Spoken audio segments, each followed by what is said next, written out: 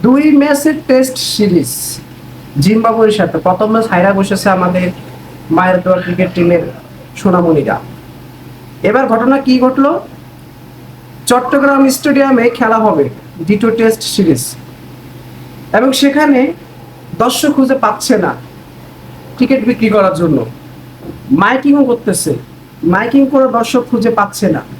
সারাদিনে মাত্র 8টি টিকিট বিক্রি করেছেন বিক্রেতারা। দর্শক শ্রোতা, কি এমন খেলা দেখাচ্ছেন আমাদের সোনামণিরা? খেলার মধ্যে হার জিত সবই থাকে। একই তো নির্বাচকদের একটা কঠিন রোগ, এ ধরনের ব্যক্তিরা দায়িত্ব নেয় শুধু টাকার জন্য।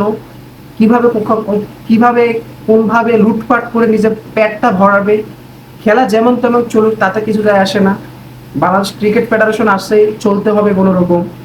চট্টগ্রাম টেস্টের শুরুর আগের দিন বাংলাদেশের ক্রিকেট বোর্ড বিসিবি টিকিট বিক্রি করতে পেরেছে মাত্র 8টি। প্রতিটি টিকিটের মূল্য ছিল 50 টাকা, ফলে দিনের মোট বিক্রির পরিমাণ দাঁড়ায় মাত্র 400 টাকা। না, এখানে একটি কথা আছে, আমি ক্লিয়ার করি। একজন ব্যক্তি আবার 500 টাকার টিকিট কিনেছেন, ভিআইপি টিকিট।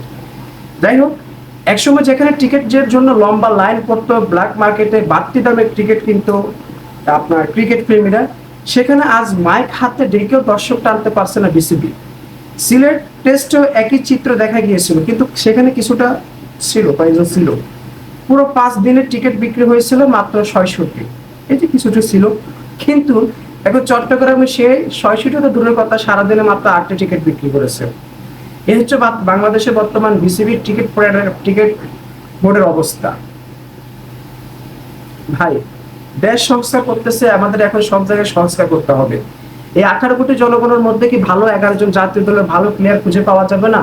যারা কিনা দুর্দান্ত খেলবে, বোলিং ব্যাটিং সব ফাটায় ফেলবে, ঠিকই খুঁজে পাওয়া যাবে। কিন্তু দুর্বলতা একই জায়গায়, সেটা হচ্ছে আমরা সে আপনার প্রান্তিক জায়গাগুলো থেকে আমরা ক্রিকেটার খুঁজি না।